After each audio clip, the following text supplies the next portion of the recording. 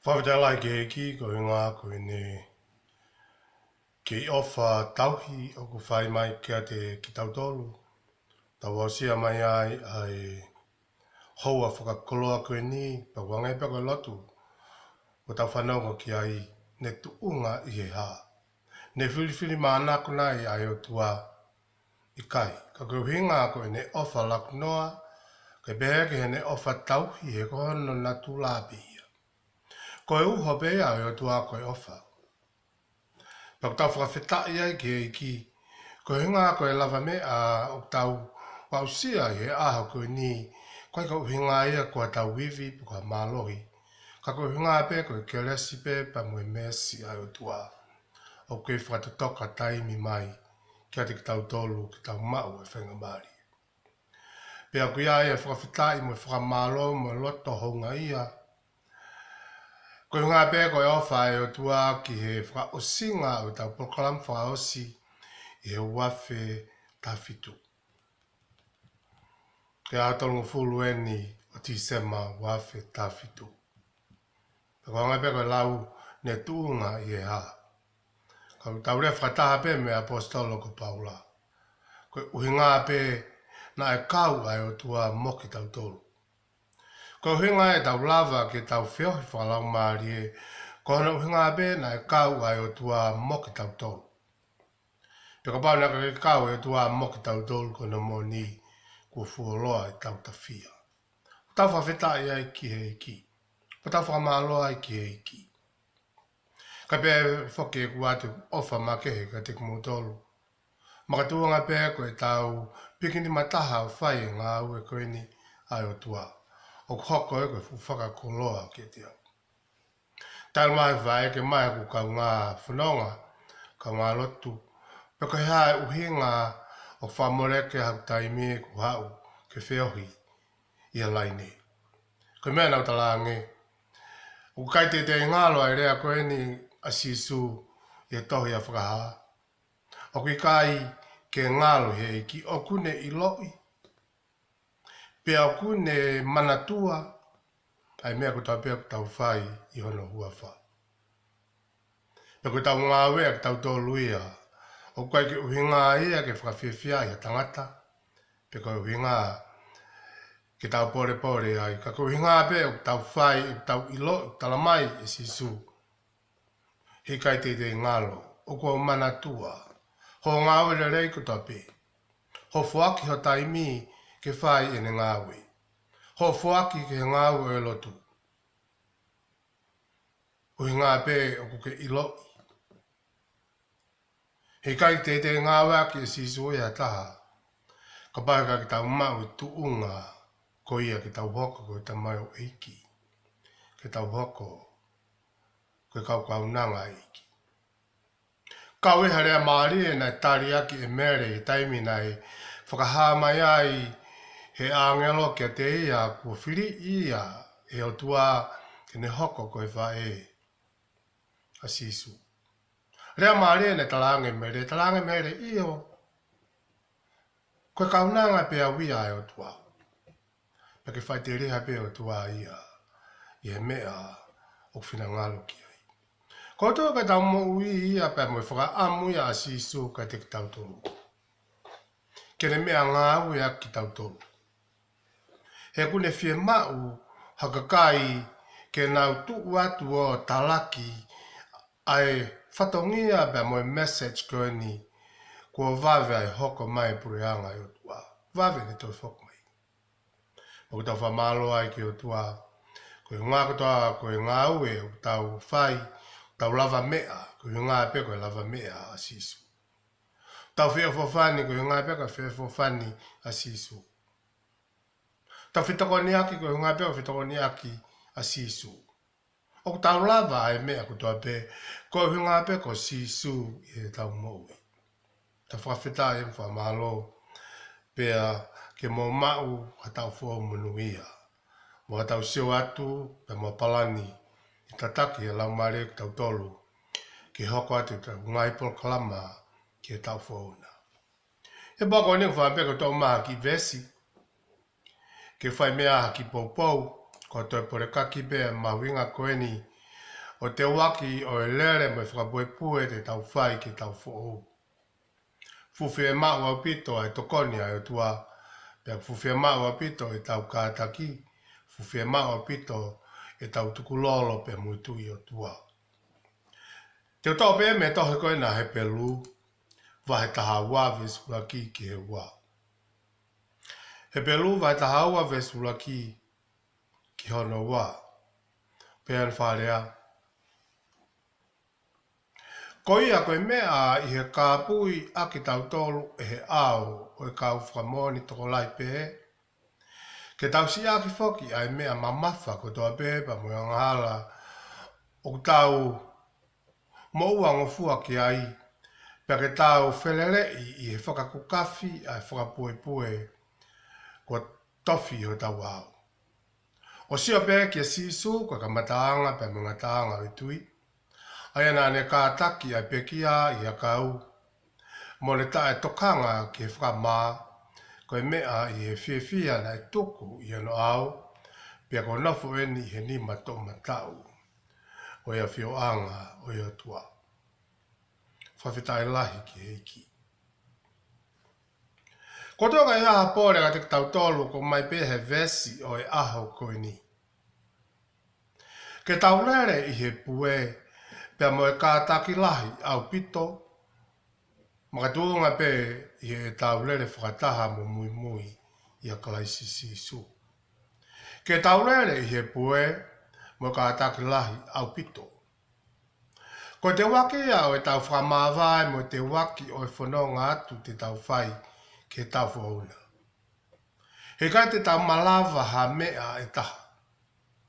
Ka pau he kai ki kaua e o tua i a lere mo ngā au e o tau whai.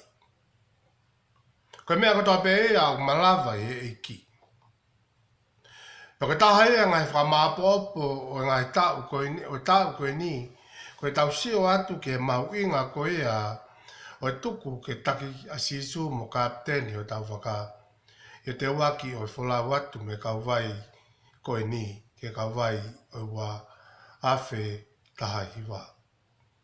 Toi pefo ia he taha pia osi a tau koe ni. Ka kua mai he talanoa pia moe wholofola e aha koe ni. Ho tau whakatokanga mo ha whakaloto lahi, ke tau kau i he lere pe koe pue ko ia. Makatuunga pe i he tui. Pe koe lere ko ia ka ke malawa ka pau he ka ki tau tui mo whalala ki a sisu. He koe lere ko ia hui ki ai a karistiane ko toa pe. I he kuonga ko toa pe. Pe hange eni ko tau i he hafu malai sipoti a lere te tau whai tau fō. Pe he tauhanga ko eni ki he whakamatala ko mai ko eni he vesi o e a ko eni. Ulawa ke tau sia wa ke tau mawai ha ngai ako naki, wa ngai mea ke hoko ia, ke tau puke puke kua whaunga, ke whai aki o e tau whanonga, ke tau fō. Ia malai sipoti ko ea o tau whalau maari e, ai au tau iai. Tala mai he wholofola e a koe ni, o ku mana to ki tau tolu e he kau whamoni. Ke nau tolu kau mamata sipoti. Hangai peka mea nau lawa kaine nai, o ku ikai ke teitei ngalo i o tua a lere ko tua peo koe whai, uhi ngā peko no whina ngalo. Whakatala mai heni, nā a moe kau palofita, nā a moe kau mātua, moe kau angelo, moe kau mā oni ko nau hiki atu. O ku nau kau mo ki nau tolu he whakamo ni i, a lere pa moe pore taki te ke whai, kai pēka te au. Pea koe lere koe mai pore taki ko ia, ko pāu ke ta mui mui mo lere, kai tuku ke ta taki e sisu e tau lere. Tala mai heni, koe kau whakamoni toko lahi. Koe kau whakamoni ko ia ku lawe ki ai, ai wholofola, o ku kau ki ai a e peri, a Inoke, a Noa, a Abrahame, koe kau helo ia o tui e toi ko ai pelu. Kua nau whakamoni Kia tak tau tolu mo whamoni, ai lelei, pa mo iwi ko ia kosperi, pa mo i tui. Mana whalala o tua. Ne hoko ai ke nau matuaki ai ai ngahi. Haa o i whanonga pa mo i lere na nau whai, o nau ponga. Pea totana pito ke hoko e nau toonga moui. Ai moui ko en anoa. Ba e palahame, a inoke, a e peri, koe kau helo o tui. Pea totana pito ke nau hoko koe kau whaaloto lahi kia te ki tau tolu. A koe mo au, o kulolo tonga lere i he pue, i ngai aho koe ni. He kone mga koe lofa au tau whai o mahu inga ke hui a ngā he whakamamafa ko toa beo i tau moui. Koe tau lofa koe ne te waki ke whai ke tau whoo, ko pau ke hanga si aki ngai whakamamafa o moui. O ke hae ngai whakamamafa o moui, ko pau behe ke hanga tukuange, pia e whai ngai taa rewa. E whakatau la ngai whamamafa ko ia ho moui. Pako mea peho ko taimlahi, he kai te ke lava ko kau, i heka ki waka. Koe maari e ia taimlahi, e tau te teo koe ni ki e whakaheke heka ke tau whohou. O ku tau veke whai e tala noa mo e whakapapau, koe taimkau ke ui mai ke heka ki waka. Toko lahi o tu upei o sio, kai ke whiheka ia. Koe haro ngā koe ngai whakamamafa. O kei tau holo ia te tau tolu. Ngai mea o tau ofai i he mamani koe ni, o kei kai ke tau whiesi aki. He kui aia ngai mea whakai mamani, o kune whakatua i a e tau lere i he pue whakakaristiani. Mahalo pe ko ha ngā ue, pe ko ha tare niti. Mahalo pe koe mea kai, pe koe hāfua aia ko nauhanga o whaka tuai i ki tau tolu mo whamamafa ka te ki tau tolu o i kai ke mau ka kato ai ai mo oni o yo tua mafi ki he tau moui. O i ka ke talawa ke tau mau ka kato ai ai tau ofa moni ki he otua. Pea lava he ngai mea au tau ofa ki ai. O to o ai i tau tokanga, pea mo tau ofa ki iki. Ko ngai mea aku ne o tau uha ke whika uruaki i o tua. O koko ke whamamafa ka te tau tonga. Pea ko ne fos tau tolu ki mui, i he tau whenga koe a ke tau lalaka whataha pe mo o tua. I he tau mui whalamari. Pea ko tui koe ngai whakamamafa e o moui he moui. O to tanu ke ukore ke he iki ke ne toko nia ke taaki fu moeaka. O si aki, kai lawa ke kwau, i he heka ko ia, i he whakaheke heka o tau fō.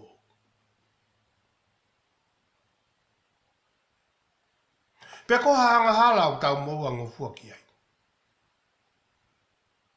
He koe kai ke ngata pē i he mau inga ke hui, a ngā he whakamamafa ke he kehe o tau moui. Ka ke pē whoki, a to tonu ke tau tukuange a ngā hianga hala aia o tau wha mo ua ngofua ki ai. Aia ko ha whahenga anga hala tupu me he ātakai o ku te iai. Paka whahenga vai anga o hotona tula hange ko i te ita. Hange ko e whakapikopiko, hange ko e loi, hange ko e ngutu lau, hange ko e whakaanga. Hange ko sio lalo. Pea moi hāfua. Peka pau te tauhanga hui e whainga lunganga ko ia. Io, o ta tau pe ko ngari si i whewhe, hange kui kai ko hafua anga hālai ke tau tokanga ki ai. Ka kua pau pe ke whakamaa e tau moui pe me uri katoa pi. He ke whawhonga mai o tua, o kai ke iai hawhai ke kehe ia, o kai hasi ko ia, o whailore ko ia, i whare kolo ape mo te hao kai hasi apangi. o ta tau pe ke tua. Toka mea pe ke tau mau, pa mo tau ilo i, koe whaunga pe la vai ke tau to, a whakamamafa o i mo i. Koe whaunga pe la vai ke tau si aki a ngai anga hala, o ku pik tai ke te tau tu. Ko pāu tala mai whalawhala au ko ni, tau si o whakamamau kia sisu. He ko sisu ko taki mua, pa moi whakaau ia o i tau tui, i he tau lere, i he whakapue pue. He ko totonu ka ena whataha pe a i tau tokanga, mo i tau tāketi, mo i tau focus, i sisu klaisi. Ka pau o ku ke iloi, o ku kake ke mau a e ofa moni. Sio ka sisu pa ke ofa i sisu, ka ke mau a e ofa moni. Ka pau ka wala holo tau pa ku iloi, ke mau a tae manonga, sio ke sisu. He ko sisu tau taha pe, tena o atu ai nunga. Pakano mo ani ke o te tau toi sio holo i e ātakai. O te tau sio takai holo kumi toko ni me kakai o mamani. E ko sisu pe o whanua i o tau roto, pe mo i tau whakaukau. He ko sisu pe tene toi whakaau ki tau tolu. Mo whakakakato, mo whakaosi a te waki o whanaunga au tau whai. Toko lahi o ki mo tolu toko lahi, ka wai mo au, o kia anga he palani ke tau fo. Kia anga he commitment, whaau i he toko lahi, ngā resolution.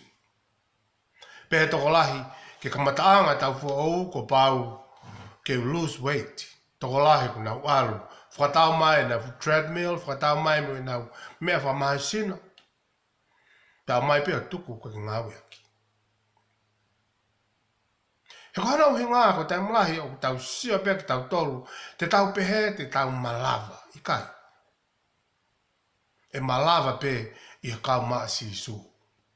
Ka pau ke whi lose weight, e toko malava pe a o lotu ki a si su kene tataki o mo. He kui kai ko hiki mea mawha pe mo e lere, o ku malawa ke lose weight. Ko pau ke tokanga ki o kai. Ko pau ke tokanga iso sino. Toka mea katoa ko ni, ko toka tālahi e mo toka tā malunga taha pe ko sisu, o kune o mai ka te tau tolu, ai mea koe ni koe tui moni. O kune o mai ka tau tolu, ai mea koe ni koe whakakaukau le rei. Pea mo e maalohi.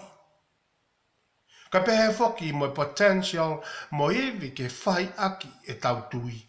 Ko e ku tui ke tau kahau, ke toi lahi ange e ku ngāwe ke iki. Se taimi. Ko e ku wha amuia. Kei kai ke lava ia. Ka e ua pe ko whaatā ke hanga e o tua tataki. Pia whai whatatau kunu whinangalo. O kusopa set ma pehe whinangalo e o tua e mea kutoa pe kutoa whaamu ki ai. O na whawhiangea ku tau whakaamu, ke mea ke tau kahaupa te tau pehe te tau lava. A lere ko ia, i lere i e pue ko ini. He koe mālohi tahape, mo hivi mālohi tahape, mo poto tahape, whakauto uta mālohi tahape, mo pau taha, ko si supe. Patanene ko talamai, e kamata anga me mua, o hau ki mui, kamataanga, mga taanga o tui. Ko siso Christ pe. Ko hea winga o mawi ngā e tui. He ka pau he kai ke mau e tui. He kai te ke mau, ai mea koen ko lava mea. Ko pau ke iai ai whakapapau i o loto, kai tu ki lava leva ke mau ai lava mea. He koe lere pa mo i ki ta ki mo i fia, ko uhi kua osi tala humaki mai tala mahe tau vese apu ni. Ko e tau lere ko ia au whai ko ia ke tau fōu. Mo e tau lere ko ni te waki ke tau whai. Whaka o singa o tau ko ni i a pongpongi. O tau o mana ki atu ke tau teu ki he race te tau whai ke whaka o singa u aftawalo. Ko pau ke iai ai ha. A kā taki, piko ki taki, moi fia. He kono uhi ngā pēkua o si tala humaki mai a me langi. O tau malava e mea kutoa pē. ia sisu klaisi o kune whamalo i ki tauto. Tala mai he whalafola e pōko i ni, ko e lava au tau whai, ne osi tala hu maki mai pe a me mua e sisu. Pea ko osi tala hu maki mai pe a mo tofa mai he whalafola. Ko e mea eni ke tau rere ai, i he moui. Ko e mea eni ke tau rere ai, ka pau kau hoko, ko e kau whaiwhikau. Ko e mea eni ke tau rere ai, ka pau kau hoko, ko e ka kai business. Ko me ana ke tau rere e tau fōu, ia kamata anga e tau ngāu e tonga mō ke loto. Ko me ai. Whatatau ki whina ngālo e otua.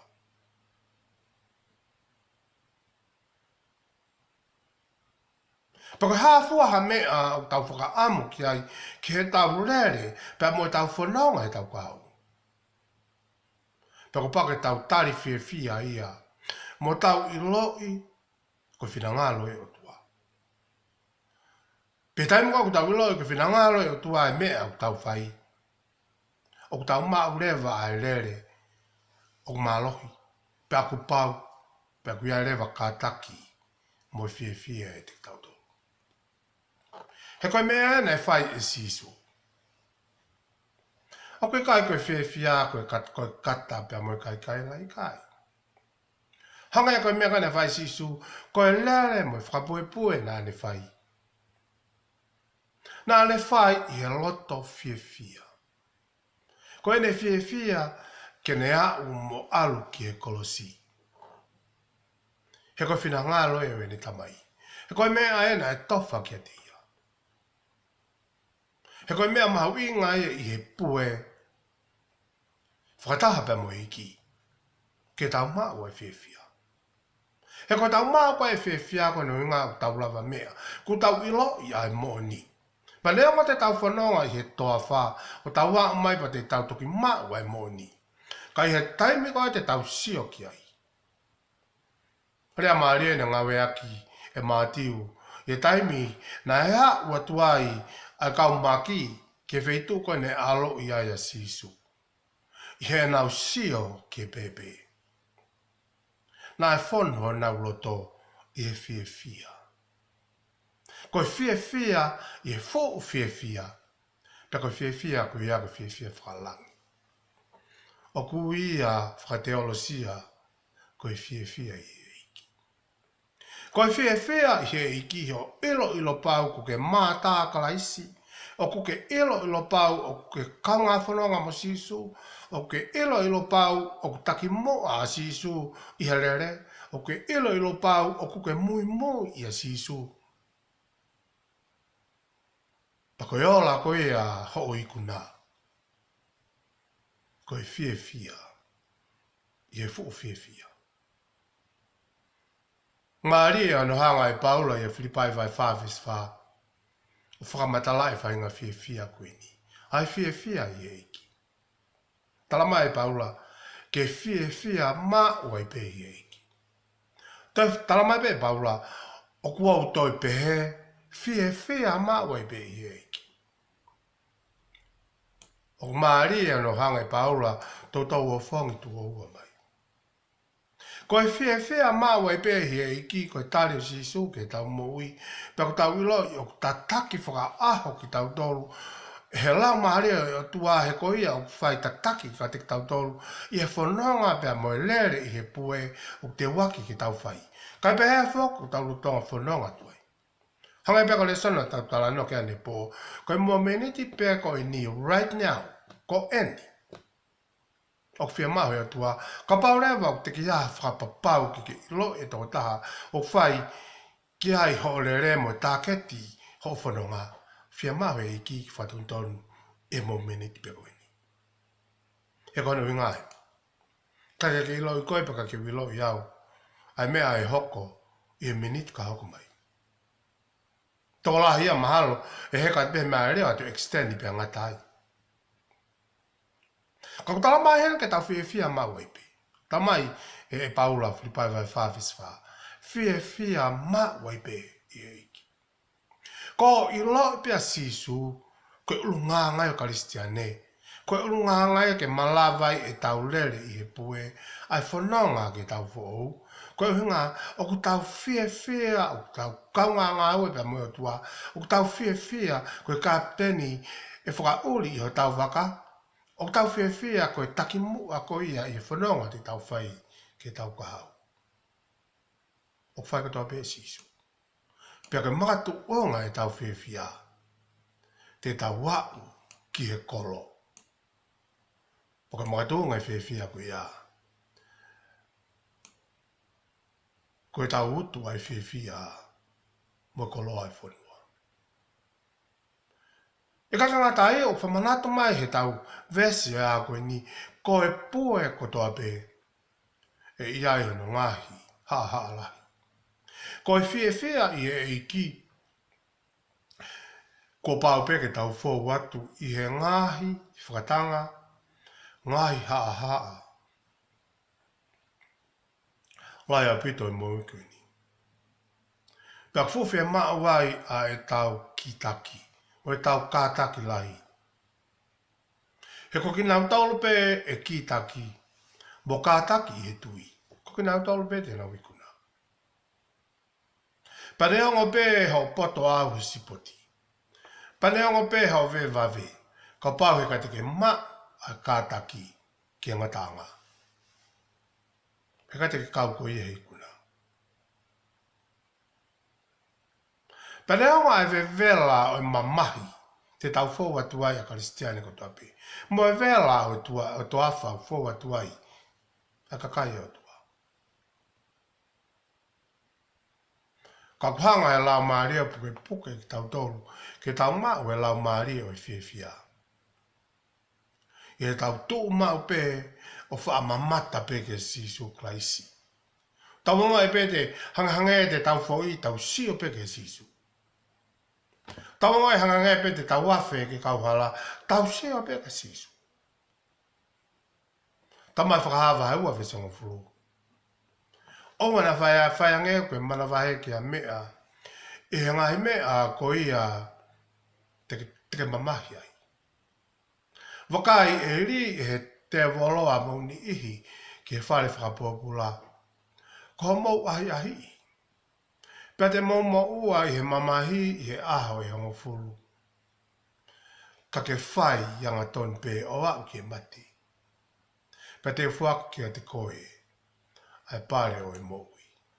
Whawhetai ge. O te tamana wahe he fua watu i e mamahi, ko hinga a pe koe mui e sisu. He koe mea e whenga te evolo ki ai. E whenga te evolo ke talatu ku kovi o ki lotu. E whenga te evolo ke talatu ki oua te ke mau e loto whamore more. E whenga te evolo ke talatu ka te koe toki ringi pe o ne i ho mata toki whaiha whamore more. Ko whahenga mātuunga ia ku toho aki ki tau tolu, pia ku toho whawhawe ki tau tolu e te wolo o laku ki e whare pōpula. Ka ke tau whawhetai, neongo te tau whau atu, ko ke tari a sisu, pia ko tā ke ti mo sio, ko e whakamamau pe ka sisu klaisi. Tala mai, e sisu heni, pa te fuaki ki a te koe ai pare o i mou. Ia tohe a whakahaa koe ngai whakapare maui ngai tuku mai o tua ka teke nau tolu kātaki mo mau e ikuna. Fuaka teke nau tolu a ngai maka hine hina ko nau ngai pets. Ke nau tui he vani. Fuaka te nau tolu ke nau mau mo ui me a kau koea i he lotonga ue. A kau e mou. Ka koe te ha mea e malawa ai. Ka koe tau ki taki mo i piki tai. Pa koe tau moa e tau re koe whakamamau pe kia sisu. He koe whakamamau kia sisu. Ai lere ko tau pia ko tau whai. Mo whanonga o te wat ki tau whai. He kune i waka koe au kapteni pe au tau nonga mo tau whia maari e. Ke tau mui, mo tau whakaongon ke tia. Pake toko peke si isu, ke whai e a taki. Ke whai e a taki wholau. Ke whai e a lele mua. Ko koe mua au, koe kau mui mui pe o kalaisi. He kone hunga kwa ke tau malava ha mea taha. Koe vai vai pe ai tau moi mo e foi. Tau maa sa me ua ua visa no ke valu. Ko koe mua au koe kale mutu pe o ikai koe tangata. Koe mana ki anga e kakai pe tai tokai e whanua. I longa taha o sio mai o kune luma kia te au. He kunau whakatoa tao hona ngutu o nau kalokalo ai ulu. Kau tala mai heni te kaki kia si hova. Kia ne whakahauwhi ki motolu. He ko si hawa tene hamusi koe mo au. Pe me anga hala ko toa peo tala mai he vesi koe ni sa me uaua vesi o no ke valu. He koe maman mai o si hova. Ke tataki ai ne kakai. Neongo e whakalumai. Pa neongo e whangata e whanonga te tau whai atu ki tau whauna. Ka koe mea tala mai heni he vesi ko hono walu e same uaua. Te kaki ki si hova. He koe ia tene whakahawhi koe muau, koe ia tene tata koe muau. Ka ia whangata te ta whau atu ai, o ta ilo a toko taha whai ki ai e ta whamamau. He ko toko taha e tene hamusi koe muau, te me whangata o tope. Whawhetai ki e ki o tala mai heni, e pete reako te vita. He ko hono mamanai. Koe mamana e o tuako ne ofa ka te koe muau, ka ko pāku te tafoki, o mui mui mo te kulolo ka katu ke te ia. Pakatoa ka tala ai e pōko ni, ka iai ha pōre ka te tātou ke wha osia ki e tau, proklam whakalotu ki he tau koe ni, ka ia ha pōre te waki e whastau, pa mo whaheke heka tau ki he pō a pongpongi, o tau sio atu ai ki he fia i he fia i ngā peko iki. Whakamama ma ope ki a sisu klaisi, a toka ngā. Ke oa na whawheange kua fuia a tau lotongo, tau laumari e.